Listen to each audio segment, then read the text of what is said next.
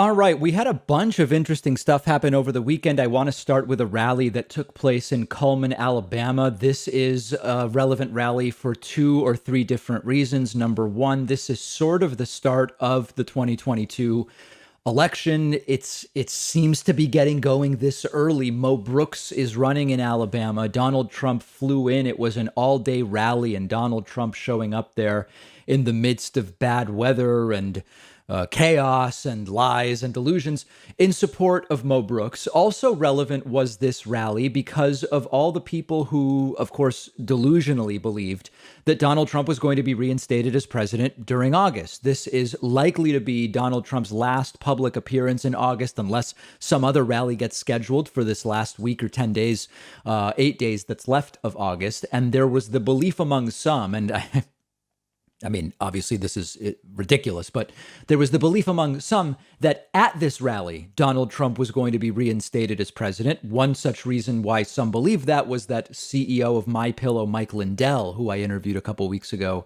was at this rally, and why that would make anyone think there's going to be a reinstatement. None of it makes sense. I'm telling you the reasons why people who don't know anything thought maybe Trump would be reinstated. I'll cut to the chase. He was not. But let's get into some of these clips from this rally. It's a very repetitive speech. Donald Trump was very confused and dishonest, and we're going to look at a number of different moments. But the most notable moment, and we're going to dive into this a little bit later, is that Donald Trump was booed by his own sycophantic followers when he casually said, "Hey guys, the vaccine is good." And Trump immediately having to backtrack and say, "No, it's okay. It's okay. You've got your freedoms." Take a listen to this. 3 days less than 9 months. And it's great. And you know what? I believe totally in your freedoms. I do. You got to do what you have to do. But I recommend take the vaccines. I did it. It's good. Take the vaccines. But no, that's okay. That's all right. And then the jeering starts. Freedoms. But I happen to take the vaccine. If it doesn't work, you'll be the first to know, okay? That is really something. I mean, that is sort of like when you train a protection dog to be so aggressive that it even starts being dangerous to the owner. The owner has to get rid of the dog because the dog meant to protect him it's too aggressive. It's too dangerous.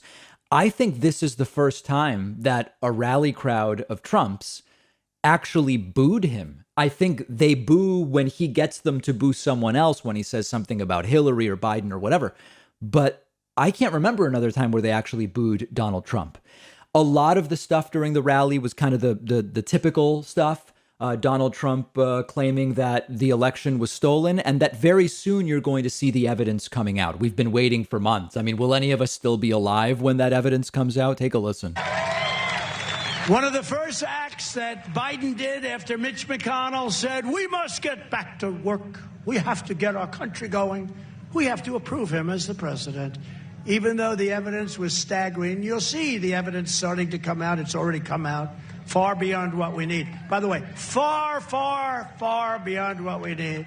And yet it hasn't seemed to work to put Trump back in the office because this is all a grift.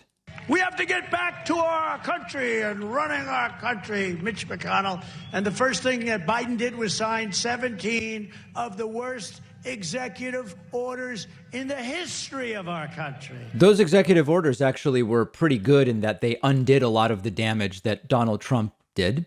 Trump then, as usual on COVID, he just seems confused.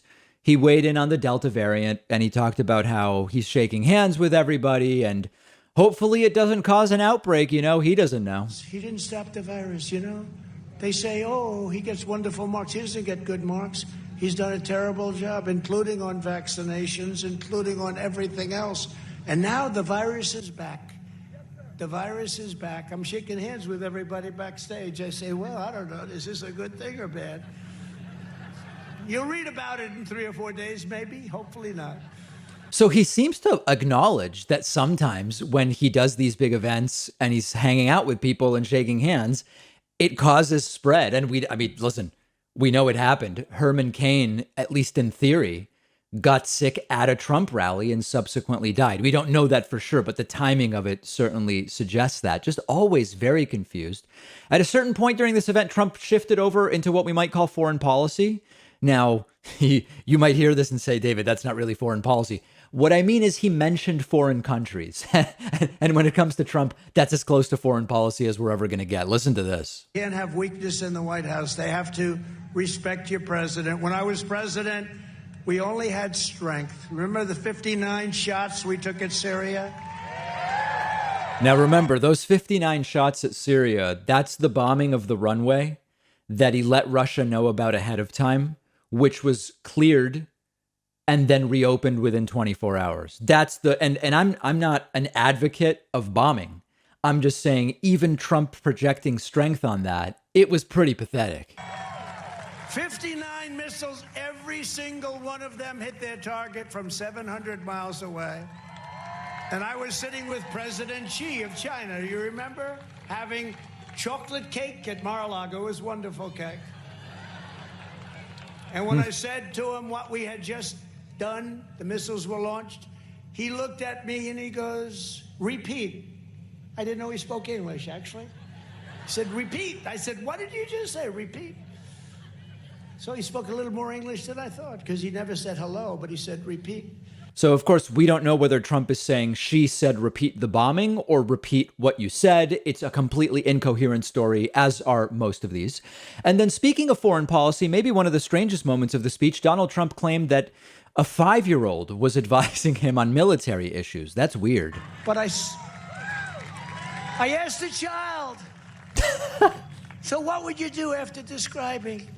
Would you leave the military until everything's out, including the civilians and all of that incredible military equipment? Or would you have the military go out first? Sir, I'd leave the military in. He was 5. He said, I'd leave the military in. Get everything out first. I said, thank you very much. But they didn't want me. All right, so there it is. A 5-year-old kid knew exactly what it is that Trump should be doing. There it is.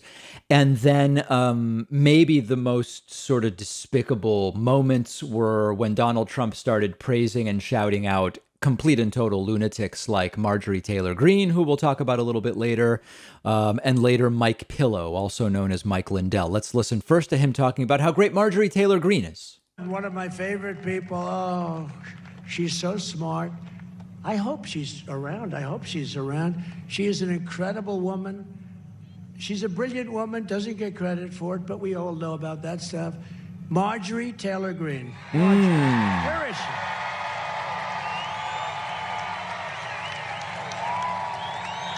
Can you imagine? She's great. She is great. She's a warrior. She's a warrior. Everything I said about Georgia is true, Marjorie, right? Yeah.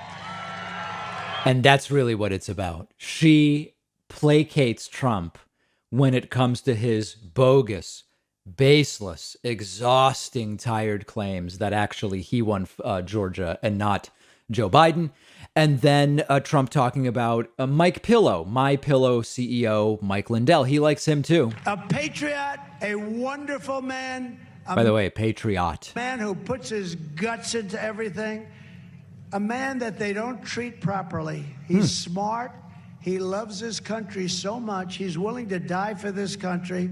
I watched him over the last week at his symposium, which was really amazing. Some of the people... Okay, do we really believe Trump watched that lunatic symposium? Maybe he did. I don't know. He had. We're incredible, incredible people.